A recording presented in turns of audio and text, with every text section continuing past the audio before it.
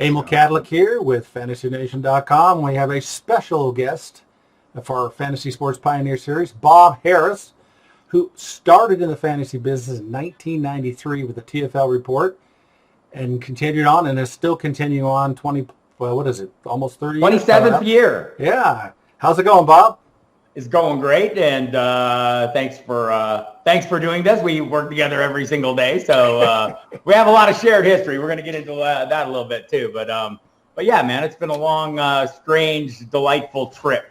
Yes, that's for sure. Let's start with your childhood. Did you have a sport you were interested in back then? Did that create your passion? Yeah, I played football from starting when I was 8 years old and into college.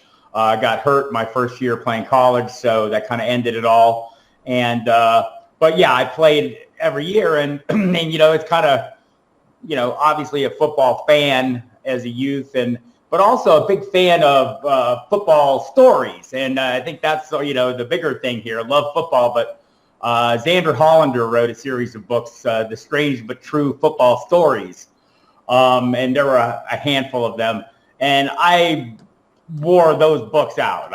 Wore them out. I would read them over and over and over. Love the stories, and just, the unique stories like Jerry Kramer, his bizarre injury history, and just stuff like that. 73-0 game, just kind of the history of the NFL. And I was interested in the storytelling aspect of it that kind of built through over time. My dad, who was a huge football fan, Cowboys fan, I never really had a team, by the way, because I grew up in Tucson, Arizona, so there was no team there until much later in life when the Cardinals moved there from St. Louis. And I didn't really like them. So I briefly tried to have a team. I think it was late in my high school. Everyone I knew came from somewhere else in Tucson. That's kind of a thing there. Not a lot of natives, and everyone had a team. The Jets, the Chiefs, everyone came from somewhere and had a team. And so when the NFL expanded and brought in the Buccaneers in Seattle, I tossed a coin, and Seattle won. So I was a Seahawks fan for a period of time, but my heart was never really in it. I rooted for them, but it was hard to, I didn't have that same passion you would have if you grew up for a team. But I liked just observing the game, and one of my favorite things in life was running out to the mailbox every Friday when my dad's Sports Illustrated would get there. And I would just devour those things, including the Peter King section with the little nose. There's just so much stuff in there, and just the way they told the stories of the game. I just couldn't get enough of that kind of thing. And I think, as I got into the communicating about football, that's kind of, basically my whole life is trying to copy the things that I loved, right? So that comes into play there. But yeah, I was a big football player, played, my entire childhood through into my teenage years, and enjoyed it immensely. I wrestled a little bit too, and enjoyed that. So loved sports, loved watching football with my friends, just the usual stuff. Big fan. So how did you get into fantasy football? When did that happen? So in 1986, a friend came back from San Diego. His name was Ron Bengalin. He had gone there. He's an engineer, and he went there to work for a few years. And when he came back, we had a gang of guys that hung out. We all have that group of friends. And then so Ron came back to us, and first day back, he said, "You guys, I found this thing. You're gonna love it." What's this, Ron? What is this thing? It's called fantasy football. Kind of side-eyed him, a little skeptical. He was right. We loved it. We could not get enough of it. One of our friends, Brian Francisco, loved to work in the statistics, and he always could reel off every statistic for every team, and it turned out this was something obviously he liked, but we all loved it. Well, who didn't sit around saying, "Oh, I would make better"? You could GM better than the GMs, you could coach better than the coaches, you could make all the right decisions, and here was an opportunity to prove it. Within your group of friends, that little cadre of people, your little gang of guys, we would call it, and it was just so enjoyable. And that was in 1986 we started playing, and man, it was immediate love. And almost as immediately as I began playing, it became obvious. There's not enough information to do this right. I mean, from the first week I think I played, I said, man, I wish I knew more. I wish, as, I'm sure many people will tell you, I mean, USA Today was where all the information came from. And you got an injury report on Wednesday. And then on Sunday, sure enough, there's Mike. Why isn't Michael Jackson playing? There was always someone, what the hell happened? He was listed as probable. And so clearly there was a big gap in knowledge, and it kind of, kind of the drum beat in the back of my head started, almost immediately that we need more information, and there's got to be a way to get it. And then that kind of, grew over the next few years until it obviously blossomed into an idea. And I think it's funny, as we were, talked about doing this, I kind of just thought, what was my basis for doing all this? And my basis for doing all this was I couldn't be alone. I couldn't be the only one out there. And I just thought anyone who plays this game is as addicted to it as I am. And we can go through that. I mean, I have a kind of addictive personality, and, what a great addiction to have this, much better than some of the other ones I've had. But I just, hey, everyone needs to know this, right? I just knew there was a whole universe of people out there who wanted the same thing I wanted. And that was the genesis of this. I was a bit of a graphic designer, kind of started making a little newsletter. The TFL, Tucson Fantasy League, was our league. And so I made the TFL report. And Brian Francisco, who loved the statistics, and I would put together, compile, the information, all the scoring for our league, and I would write little blurbs on each guy's team, kind of derisive, abusive, smack talk that they couldn't really answer, and I love that. But a little information in there as well about injuries and various things happening and free agent moves and all that kind of stuff, or, chain pickups and drops. And so I would create that every week and hand it out to the guys. They would devour it. They couldn't get enough of it, right? I mean, if it was 3 pages, they wanted 4. If it was 6 pages, they wanted 12. So that's kind of the genesis of it. And, we started thinking a little bit at some point, man, if we love it this much, everyone must love it this much. And you knew everyone went to the USA Today, right? I mean, that was the publication of record for things. And I noticed, they had some classified ads in there. And I thought, wow, man, if I could figure this out and maybe put a little ad in there, this is where everyone who plays fantasy football has to look at this, right? And they all have to want the same thing I want, because, hell, they play fantasy football. We all want the same thing. And so that's kind of where it grew. And when we finally decided, it was myself, friend Paul Shulman, who was in the league, who was willing to put a little money behind it. And little money, I mean, it was sweat equity thing, like everyone in the business. But what we did was we put an ad in the USA Today classifieds. And sure enough, kind of set up an 800 number to take the calls. And sure enough, I mean, that phone, we put the ad in, that phone never stopped ringing. Wow. And I mean, literally never stopped ringing. I mean, around the clock, we couldn't take enough calls. We had the call waiting or the call on hold thing. There was always loaded up. So clearly people had the same interest. And so that was our qualification. Our big business plan was, we love this, so will other people. Makes sense to me. A little naive, but it, the kind of, that was the genesis. So you started out mailing them out once a week? Yeah, so I wasn't that bright. And I thought, here's what we're going to do. We're going to mail out, it was about a 12-page newsletter. And that meant printing it out, which, since I was a graphic designer and I hardly ever do anything half-assed, much to my detriment, that meant going, starting writing this thing on Sunday night and Monday, because it had to get in the mail on Wednesday, right? I mean, that was everyone was going to get it, and even that was a little bit dicey. But we sold, I think it was $70, and you got this newsletter mailed to you. You got a cheat sheet to start the season mailed to you, and then we realized, man, the really good information doesn't, we're not going to be able to get in there. So we figured, Well, fax them. We'll give them a fax. You have a fax on your choice, Thursday, Friday, or Saturday. So you could do it on your lineups.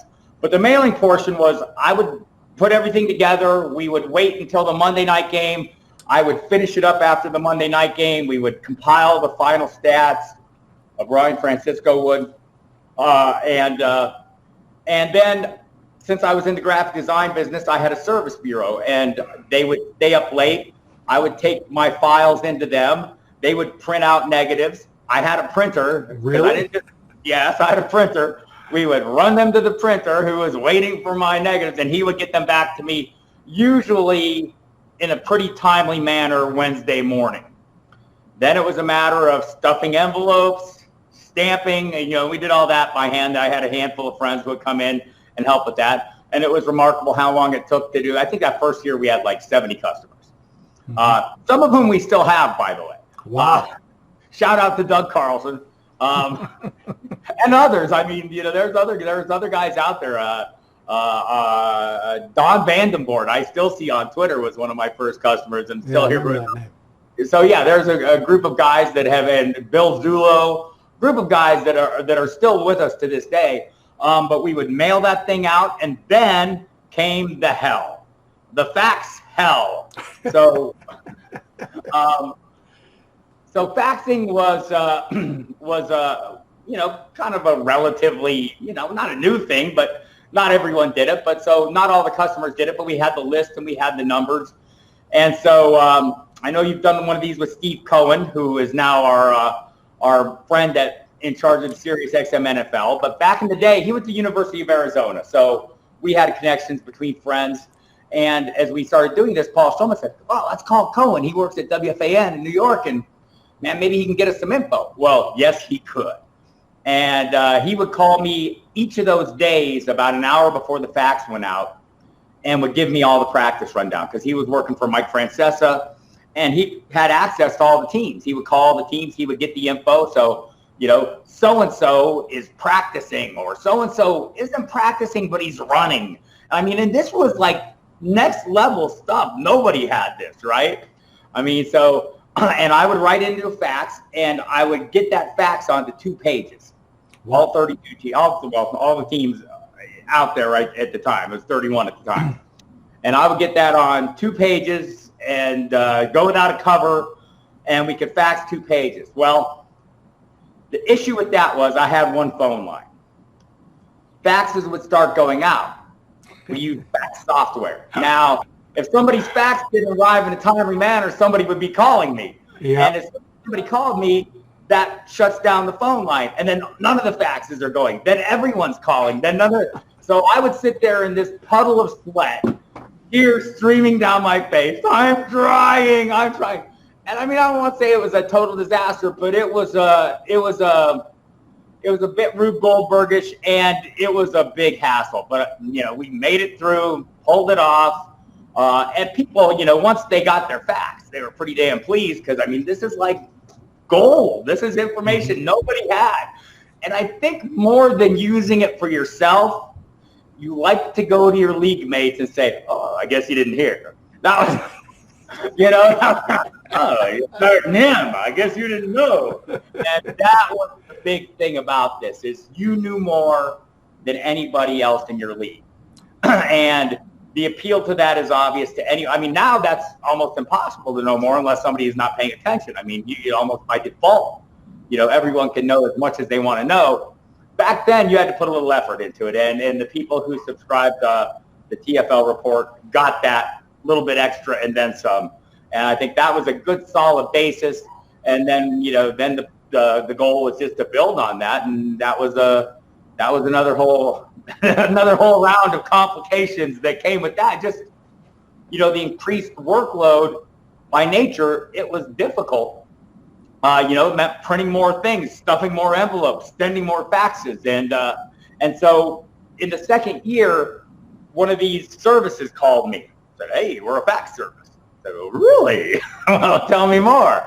And here was the key, right? I send one fax to them, or one file to them, and boom, they could send them all out at once. And that was a big difference maker. That changed the world. yeah, instead of me serially sending these out on the same phone line that everyone's trying to call me on, it was like a godsend. And, there might be glitches here and there, but I got a report back. I knew who got theirs and who didn't get theirs and all those things.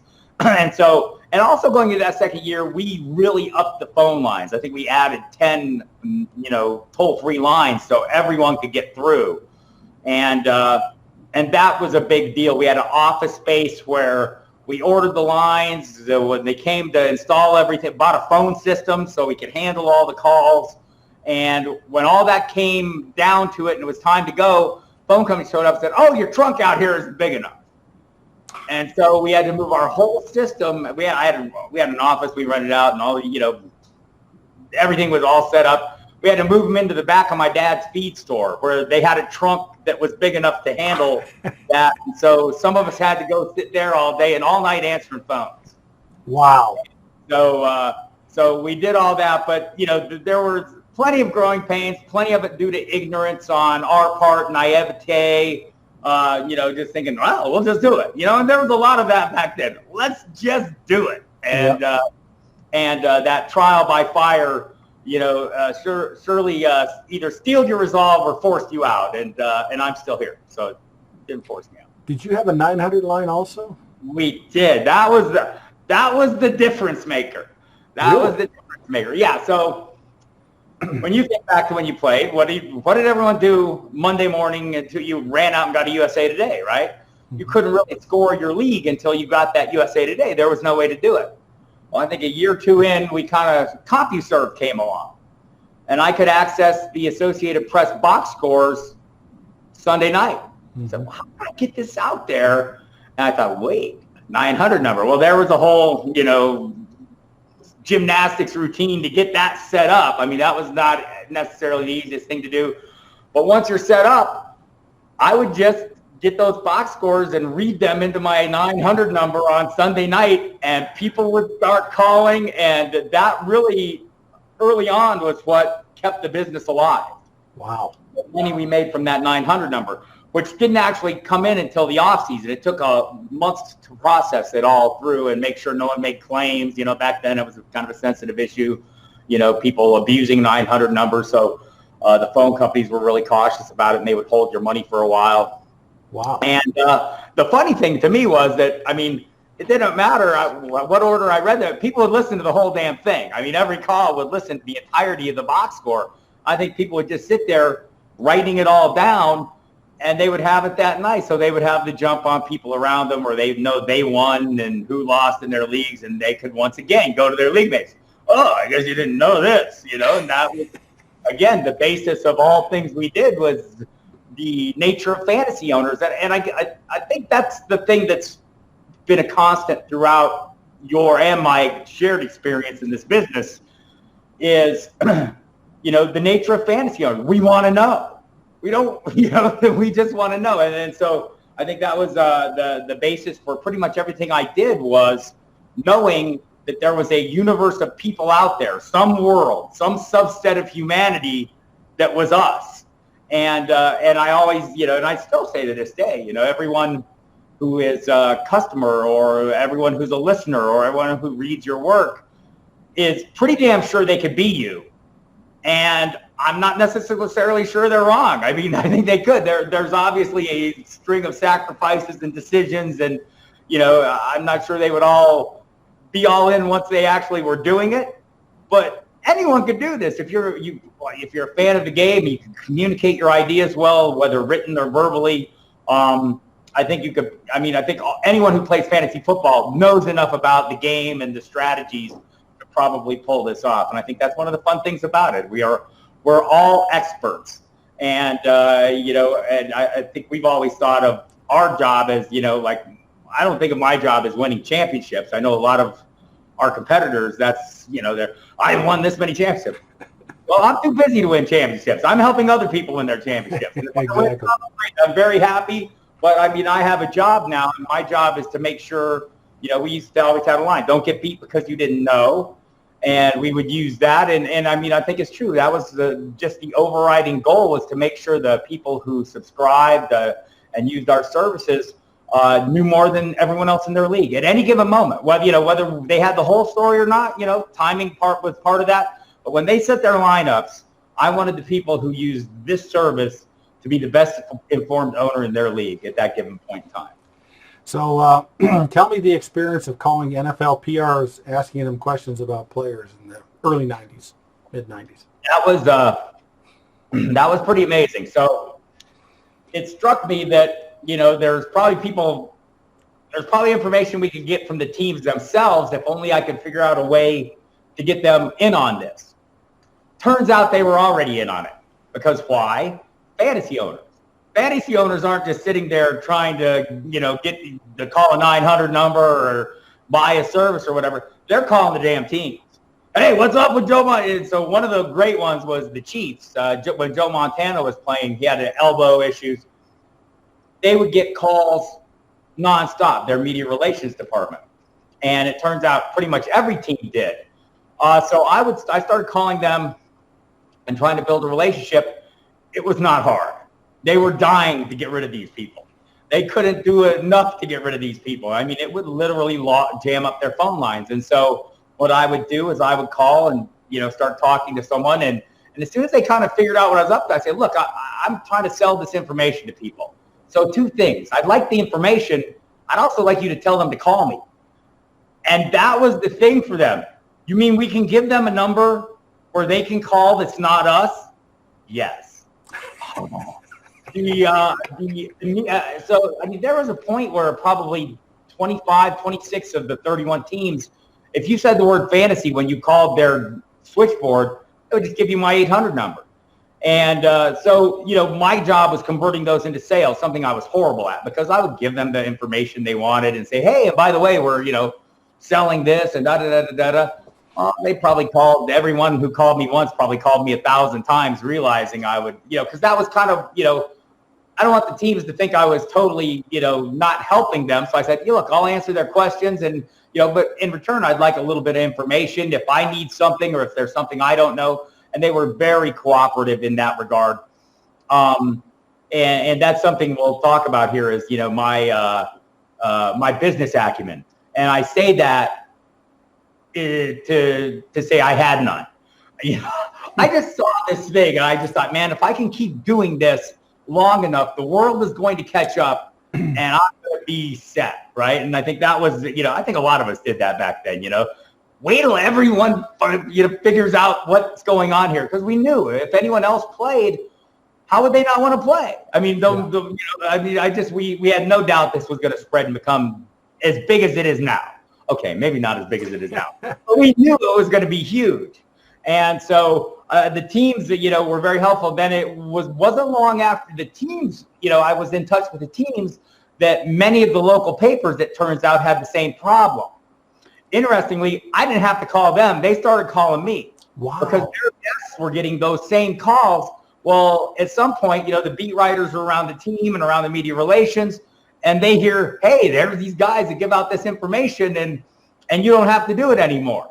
And, from their perspective, it's like, God, I hate these people. They were getting the same calls that the teams were getting. The sports desk is getting calls from people at midnight, Saturday. Hey, what do you know about this? No, we don't know anything about this. So they were on board, and so it kind of grew exponentially. And I was getting tons of calls, and I was kind of struggling to turn it into business.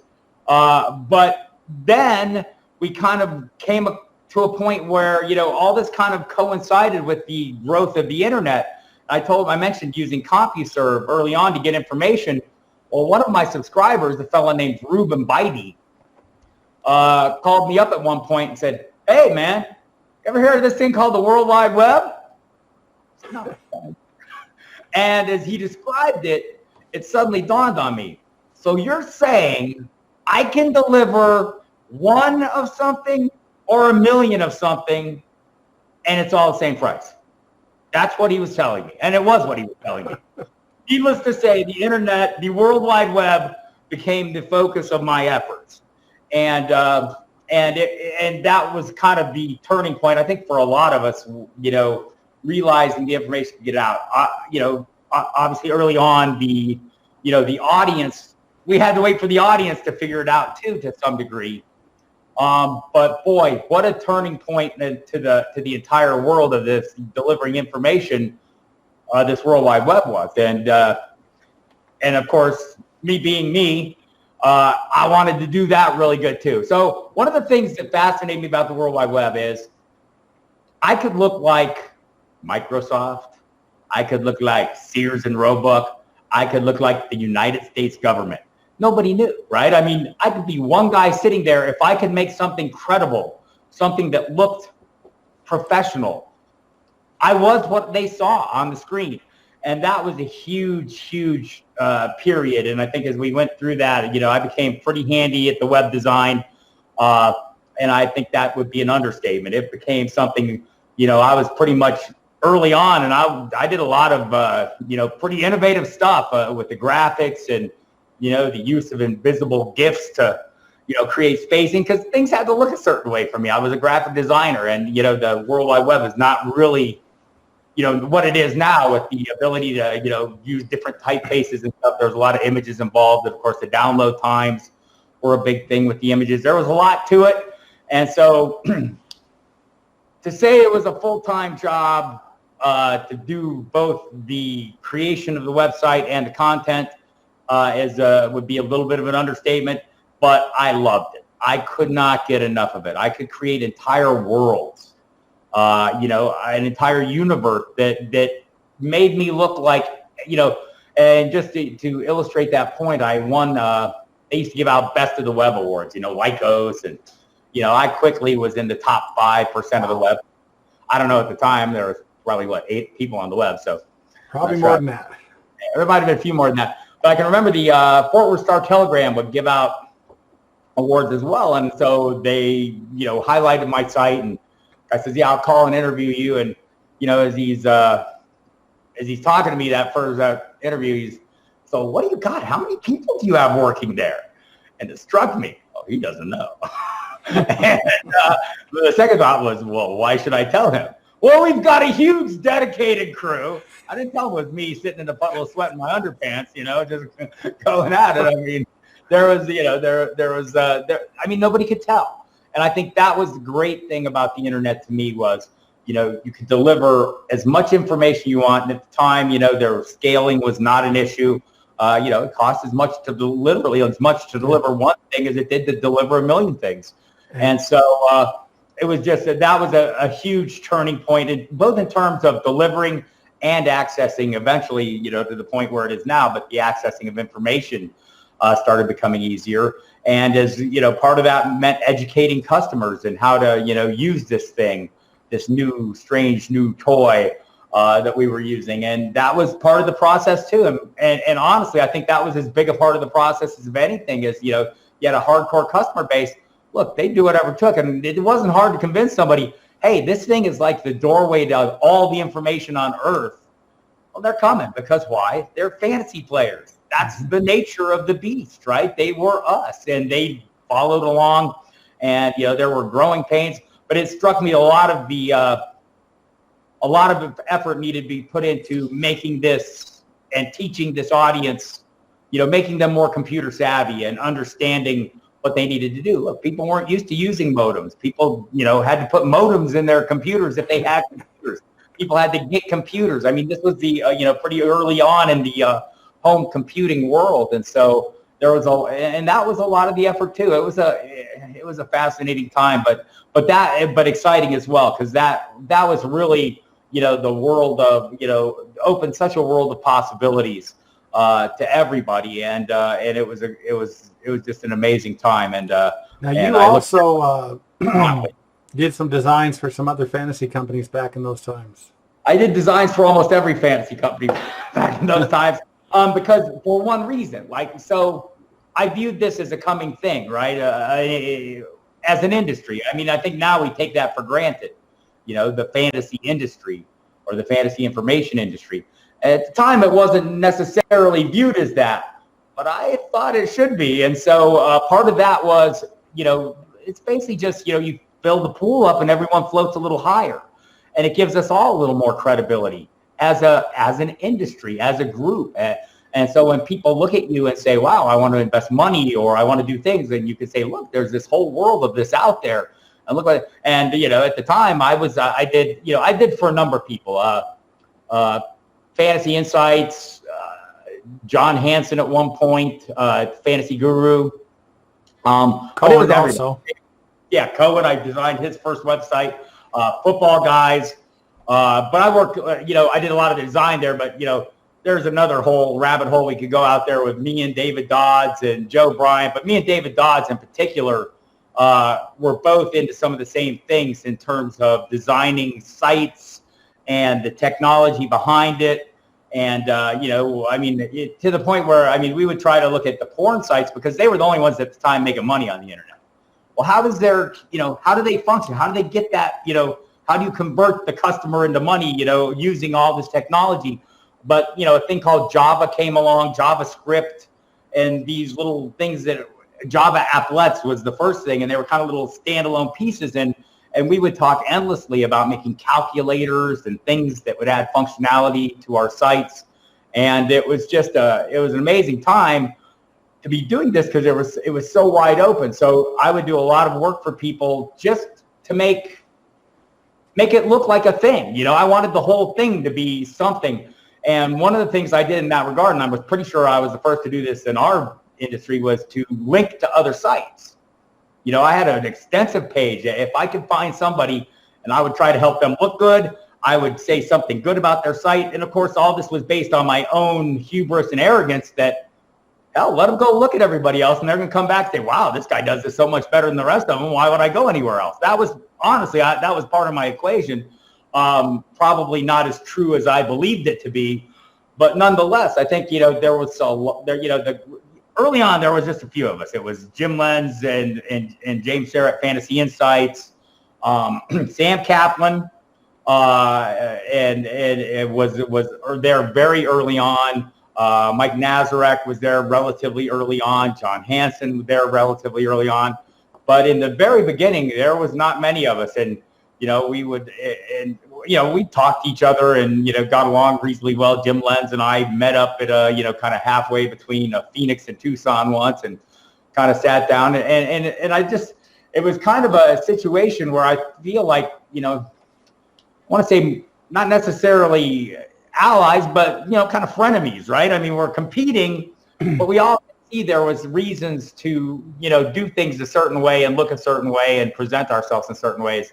And I was more than willing to jump on board and help people improve the appearance of what they were doing.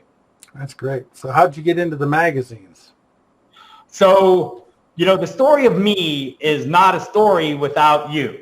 I think that's safe to say, because again, I talk about the business acumen that I have being 0%. You have that, right? You have a business acumen. You've been successful in this industry since before 1990. So, or at least started building it back 1990, then. Yeah. So I think it was that first year you saw my ads in USA Today. It was 93. And so I got a call one day and it was you.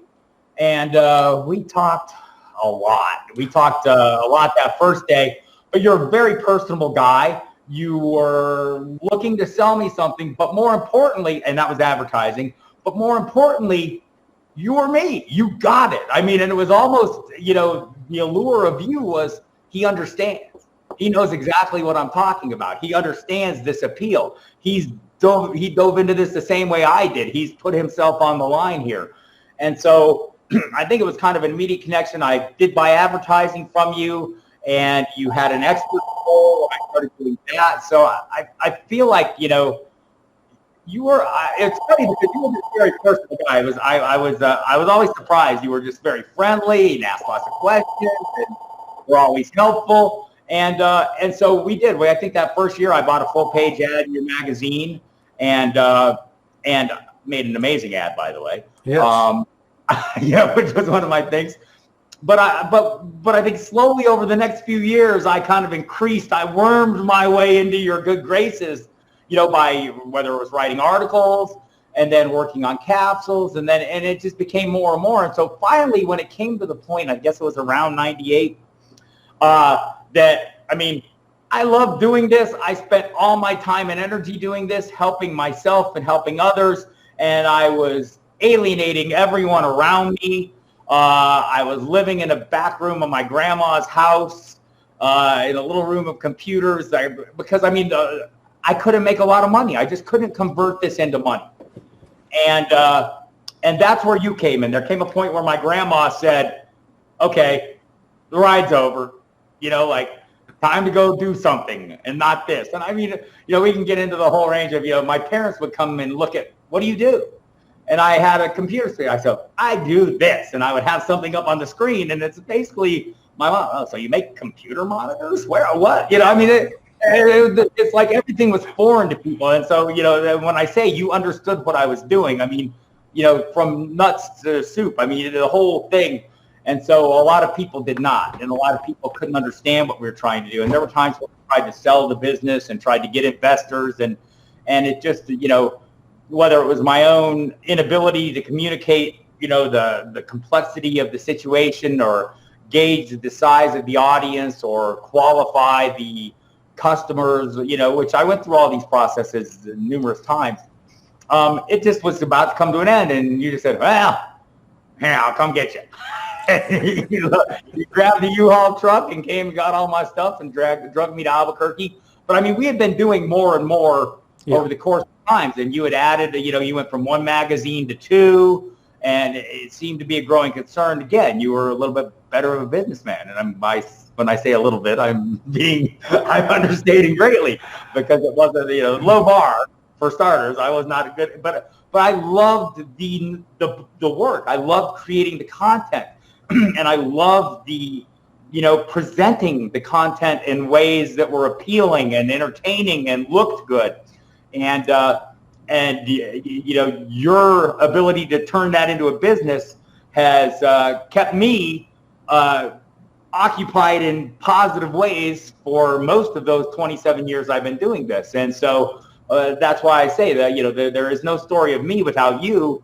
I don't think there would have been, clearly I was coming to the end of my line there. I don't know where it would have gone. I always say, I'm really good at quitting things I need to quit, but I'm really too stupid to quit the things that probably I should quit. And for years, I did this job for nothing, and I did work for other people knowing they all have limited resources, but thinking, man, at some point the momentum's going to build. And you could start to see that in the late 1990s. There came a point where the NFL decided, oh, this isn't a stupid thing. This is the thing that's going to make us money.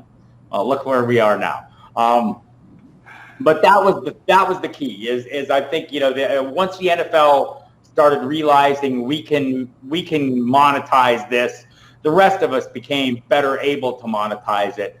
And so had it not been for you, and literally, when I say you came and got me in a U-Haul truck, you came and got me in a U-Haul truck, and had a place. Was fun. I flew to Phoenix, got a truck. Yep. I drove the truck down to Tucson, loaded you up, and we took the back road through I-10 and Hatch and up the Rio Grande Valley and got you an apartment after a couple of days.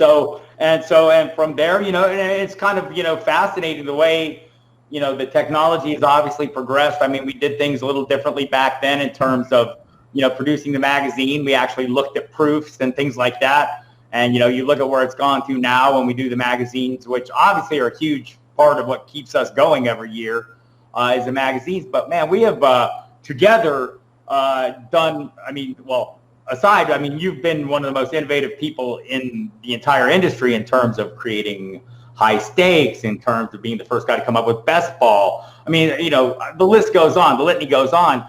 But we kind of, teamed up to do some really, interesting things. And one of the things that I pushed for that you were totally receptive to, because, we understood, magazine, what is the complaint about a magazine?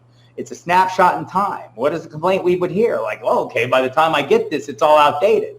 Well, we need to hook this to the internet and make a presence there so that the magazine is actually a living document. And I think, and that was like a kind of a major first step was, starting to put that in, and, you were totally on board. We will give that as part of the magazine.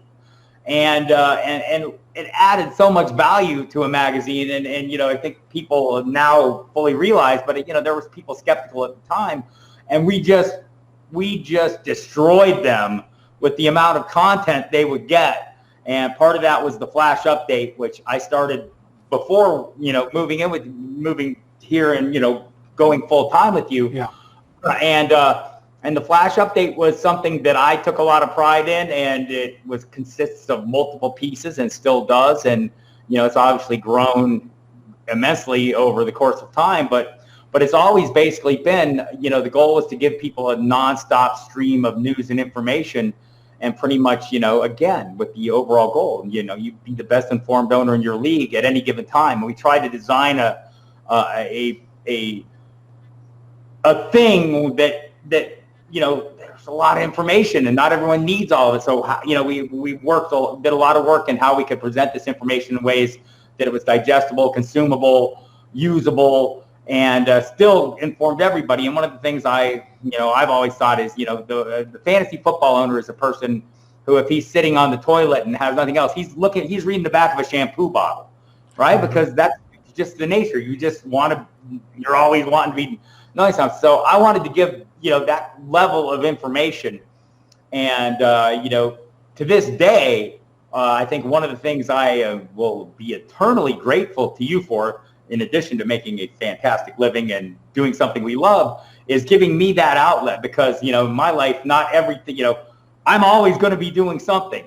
It hasn't always been good. This was an outlet that allowed me to channel all these energies I had in a positive direction, and channel them. I do, man. I mean, but because I love that. I love, that feeling of, literally every time I'm putting in an update, I'm like punching somebody. I'm kind of an aggressive person, and I like to always be doing something. And this has been the ideal medium to do that. And we crank out. I almost used a more earthy description. We crank out a lot of information over the course of time. Between the magazines and the website over the course of a season, we crank out a ton of information, and it's a labor of love. I mean, you just sit here and you do it. I mean, and look, and just so everyone out there knows, Emil Kadlec puts up with more crap from me than anyone has the right to do. Because I'm sitting here, I'm in a fight, because that's just how I want to do things. I'm mad at everything all day long, but I love it. But I'm mad because that's part of how I get it all done. And he is often on the receiving end of me being mad, just about everything, not just anything, nothing in particular, just mad. And because that's what fuels my fire. That's what drives me. That, me against something. And well, it's been my pleasure, Bob. It's been a long, strange trip. But as we've gone along, we've gotten smarter, in many ways. But the technologies have been, a key thing for all of us in terms of the magazines. I mean, the way we do magazines now is totally different than the way we did them before. The way we're looking to present and deliver information on the web has evolved and changed, and I think that's to our credit. Not being satisfied, with just, with what we've done, always pushing a little harder, and now I've offloaded everything to you in terms of the design. I don't have to do any of that anymore, because the content and managing the content has just become insane. The amount of information out there to cull through on a daily basis. I talk about Twitter, and it's like taking a fire hose and stick it in your mouth and turn it on full. You're gonna explode. And that's the level of information coming in. And it's just funny how we've gone from, scrambling for scraps and tidbits and, the smallest bit of information to now, having so much information, it's impossible. And Twitter has been, as much as it's the sewer of the universe, it is a useful sewer. And I mean, just especially from a fantasy perspective, I mean, when we're looking for magazine writers, looking for content that's innovative and forward thinking and different from what we see every year, I mean, that's been just a wealth of finding so many smart people get in this business now, Emil. Yeah. I mean, not just guys that like fantasy, but, engineers that like fantasy and mathematicians that like fantasy and physicians that like fantasy. And I mean, it's just been an influx of these super smart people. And we've gone to great lengths to include them and use them. And part of that has led to a natural progression in the magazines where we've kind of gone to content and, the strategy is something that you could pick up one of the magazines in November or even after a season, and this strategy and the information presented is still useful, or certainly a higher percentage of it, each year. And it's something that we think about because really the website is providing that minute by minute component and kind of the informational component that we used to have to do in the magazine. I mean, people didn't pay attention over the off season. There used to be an off season. Yeah. That's when I used to get ahead.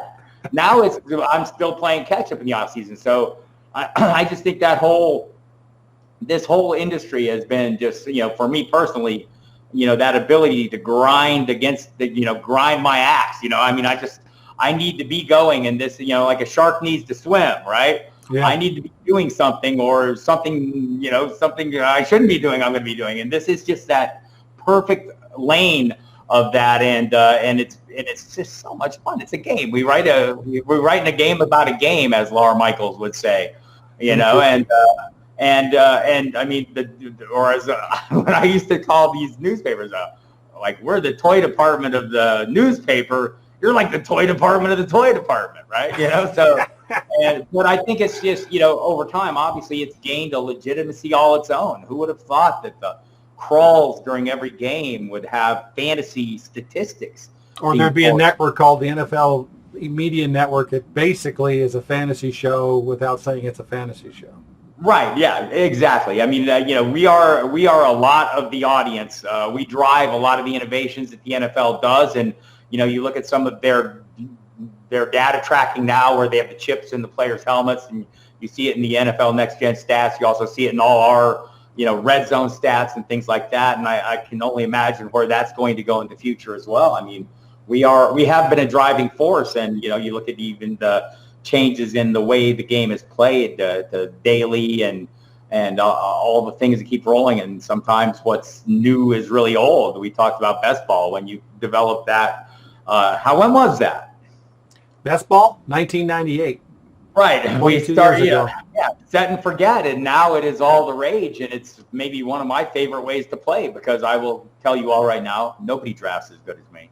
Listen, nobody drafts as good as me. Well, by the way, not to forget, you started one of the first podcasts, didn't you?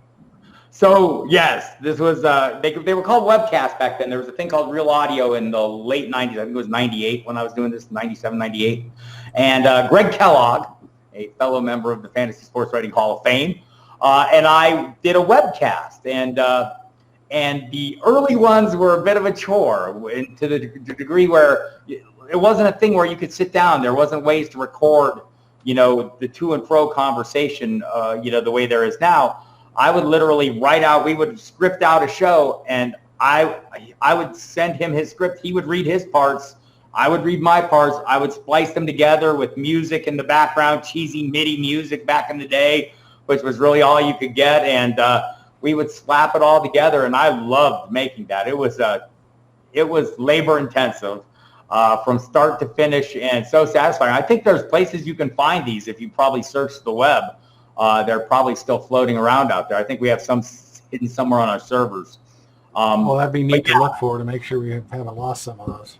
Yeah, it was just that was back. I think that was where Mark Cuban got his start, was in Real Audio and doing some of that stuff. So we took advantage of that Real Audio technology and put together those things. And they were called webcasts back then. I'll be darned, yeah. As opposed to podcasts, but it was kind of the same idea, right? It just it was a little more work, and they've obviously gone to the point now we have our own podcast on the site, and that's a ton of fun. All these ways to get the information out there. Again, technology always a driving force in all of this.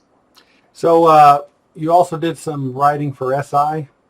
Yeah, that was a huge thing. I don't know how you wrangled that. I don't remember. But But we were. It was James Quintong, now with ESPN, the Jeopardy king, James Quintong.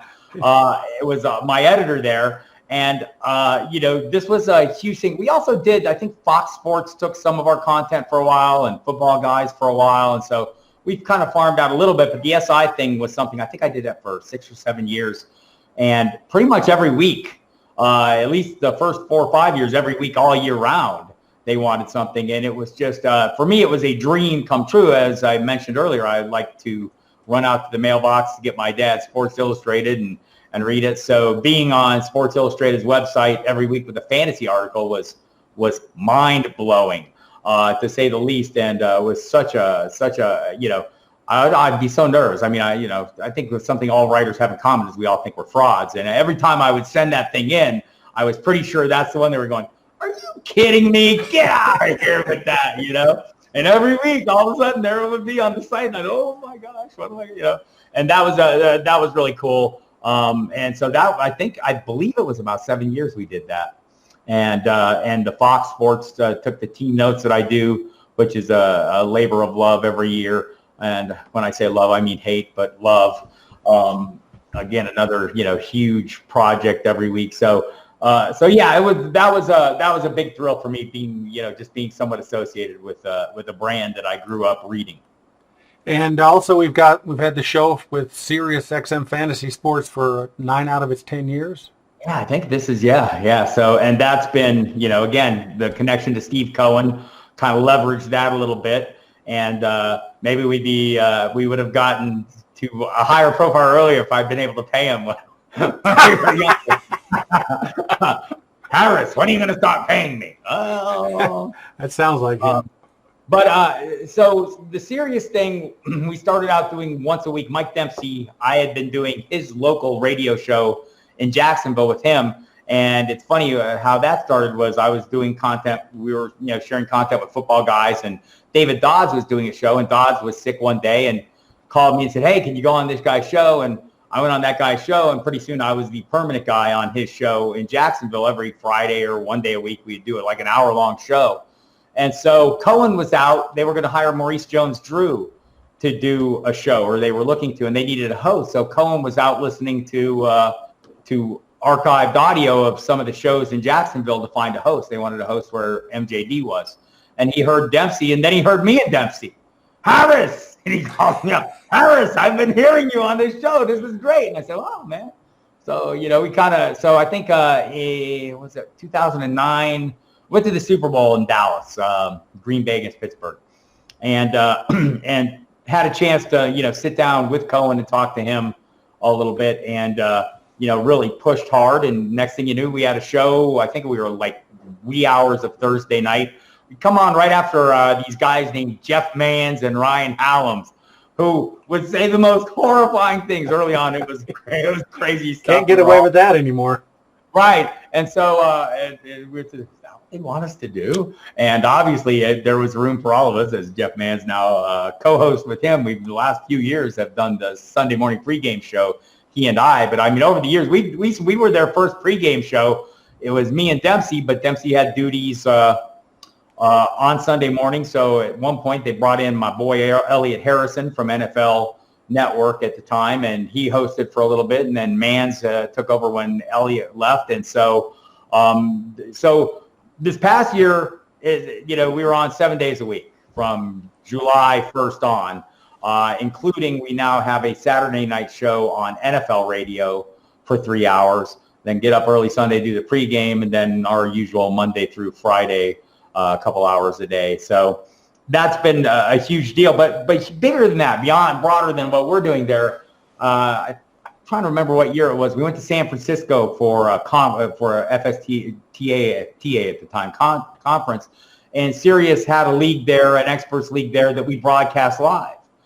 And I sat down to do that broadcast with John Hansen, who had been my frenemy for how many years? We worked together and against each other and fought and worked together and all these things, but we'd never met in person. Here we are, we're sitting down at this to do this live broadcast of this league with all these people we knew at a FSDA. And I'm looking at John Hansen and he's looking at me. I was going, dude, are we really sitting here broadcasting a fantasy draft on national radio? Knowing where we had come from, it was just almost mind-blowing. So, and it still is a little bit, just, to think about where this whole industry has come. And I think that's, the SiriusXM Fantasy channel has been kind of indicative of that. And some of the opportunities that's afforded me personally has been fantastic. I'm a huge music fan, and it's given me an opportunity Sirius totally embraced. That was the one stipulation we had going in. We're playing my music. And when we say my music, it's heavy metal music. And they embraced it. And they, if you've listened, anyone who's listened to our show knows what it is. But, beyond that, I mean, getting to work with people like Zach Wilde, who had his own show, Ozzy Osbourne's guitarist, and now with Black Label Society, but also the Alice in Chains League that they run in, which we broadcast every year live from Jerry Cantrell's house. And here's one of the iconic music figures of the early 90s. And I sit in his house while him and a bunch of people, including Rich Eisen and musicians that I've, been fans of forever, sitting in a room with me while I broadcast them drafting a fantasy draft. I mean, it's just, it's mind-blowing. Yeah, that's a great experience. The crossover with the music, and of course that helps in Sirius because they've got a music channel. Yeah. So they got a great connection here. You got these musicians that love fantasy, and you're able to be a big part of that because you're so knowledgeable in it. And that's really been a great benefit, and it's really great too because you're perfect for that job too. Right, and they do like to, they like to, our program director, Matt Deutsch, likes to add a little sizzle. So there's a lot of musicians, a lot of rock musicians, not just rock. I mean, we've had Michael Bublé on our show, and he actually joined the Alice in Chains League this year. He's a player, people. I mean, he takes this seriously to the point where he sang heavy metal to me on my show. The Michael Bublé, the crooner of some renown, singing an old Nazareth song to me on my show. But I mean, there's lots of guys in the music that are into this. More recently, there'll be a new show on Sirius with Slim Jim Phantom from the Stray Cats. He and I have hit it off. He's a great guy. He's going to have a show. But over the course of time, it's been the guests that we've had that are so knowledgeable about fantasy. And I'll say, I mentioned Jerry Cantrell. I mean, he's as thoughtful and knowledgeable fan and student of the game. I mean, he loves football just like the rest of us. And that's, again, it brings us back to the beginning. I mean, if you play fantasy, whatever. I mean, and whether they are me sitting around in 1986 with a group of friends in a buddy's den drafting players and, watching games together, ribbit each other about performances, to whoever. I mean, everyone out there is playing the same game and loving it the same way we all do. I mean, there's a level of passion that comes with this hobby that I think is, I'm sure it's matched by some, but not any I know. Yeah. Yeah, it's really incredible how far this has gone. I don't think we could have imagined. I never imagined the NFL would have their own shows and be able to use out on their people, and the shows are NFL related but fantasy related. It's just hard to, you wouldn't have predicted it. You wouldn't have predicted how big this has gotten. Right. And it's been great.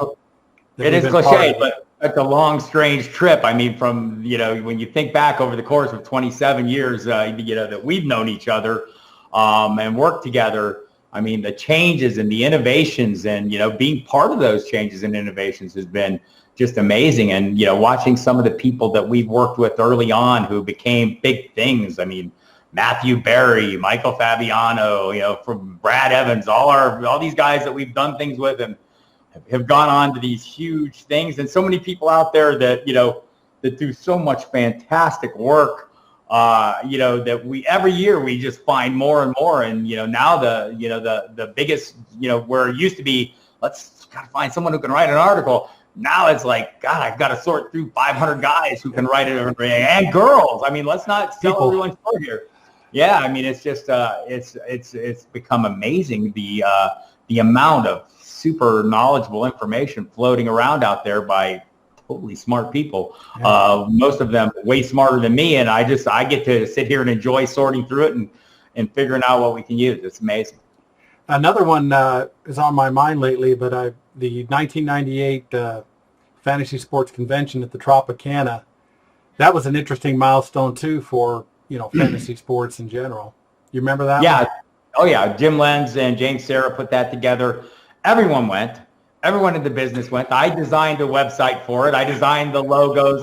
I did a lot of that back then again.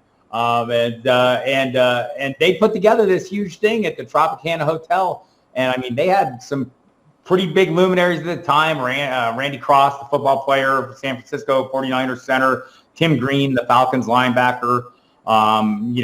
They were there. There was a lot of people there, and everyone we knew. I mean, we all went and talked mostly to ourselves.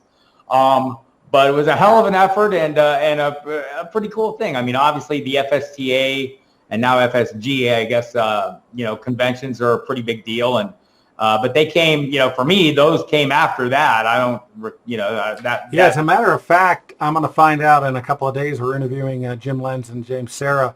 I got this funny feeling that that conference created the FST or created a thought of doing a convention, because basically they never did the fantasy convention again, basically because most of the people there were us, the businesses. It was more of a business to business. People did come, but certainly not enough. So that'll be interesting to see if that really happened that way. Right. And one of the things I'm really proud of being a part of is the FSWA, which you, me, Ryan Houston, and Kirk Boy Ellis got together and formed because we thought it would be useful to get writers a little more out front, and the FSTA wasn't as involved with that, and so we thought it'd be great to give out these awards. And boy, some of the efforts we went to in those early days to get those initial awards out, and we did our first thing in Vegas. Was it 2005? I guess early on. Was that when? 2004 or 5. I think the awards were for the 2004 season. We came out 2005. Kirk dropped out pretty quickly because he was a police officer in New Orleans, and Katrina was a big issue then. And then Ryan Houston dropped out. We brought Scott Engel in, but that's obviously progressed, far beyond. Matthew Berry was part of it for a while. I think Peter Schenke was a helper. Yeah, Matthew Berry was was early on the MC for all our events and did a fantastic job. And it was just, man, and it's really been a great opportunity for writers to get awards. Right. And obviously it's been a very competitive thing. We've had, over 1,000 articles put in for the many nominations. That's a lot of articles. And this year I was fortunate, Sirius tabbed me to be the host of the award show, which we used to do at the FSTA conventions. We would give out our awards as well, and we've since morphed over and we do them on the SiriusXM NFL, our fantasy channel. And I was tabbed as the host this year, and that was kind of a special event for me, knowing the genesis of the whole thing. So the current president Andy Barron's on with me, and Ray Flowers. So that was great too. And by the way, those everyone, as we've gone through the time with the FSWA, the presidents, Mike Beacom, took it to an entirely new level in terms of the judging of the awards and really making that an independent thing. And then that's carried over to Andy Barron's and Mike Clay doing a fantastic job on the Hall of Fame committees. It's really amazing where everything's gone with that. And it's great to get the recognition. Yeah, the Hall of Fame and the award system is quite an excellent system. Yeah. Starting from the beginning, and we have professional professors from colleges journalism professors that actually do the writing. The system's set up to where they don't know who the people are when they're reviewing their writing. And the Hall of Fame is this two-tiered process that is, if you're involved at the person that's up for a bid, you have to get off of the board, that sub-board. And so it's really a great system. We've done a great job putting that together, and it's important to have credible awards. And I think the Writers Association has done that for 15 years, I guess, now. Yep. Yeah. Yeah. That's crazy. A long time. So anything I've missed? I've run out of my questions. I don't think so. I think we've rambled on pretty much endlessly as it was. And honestly, I mean, to encapsulate 27 years of ups and downs and joys and frustrations and, trials and tribulations and, hits and misses and all those things, is impossible. I mean, we could spend all day talking about it. I think a lot of it that I come away with it, though, is the relationships that I've developed through this. You see people out there and they think we're competitors or whatever. I mean, I think I'm at a point where I'm not competing with anyone. I can just sit back and enjoy. I love everyone's work. Everyone's out there doing phenomenal things. Everyone's out there doing the things that their audience is demanding of them. But these friendships and relationships built over time, not the least of which with you, have been. I mean, it's that's been really, really remarkable. Just you think of all the people that we've worked with and against and for and with all these things over the course of time.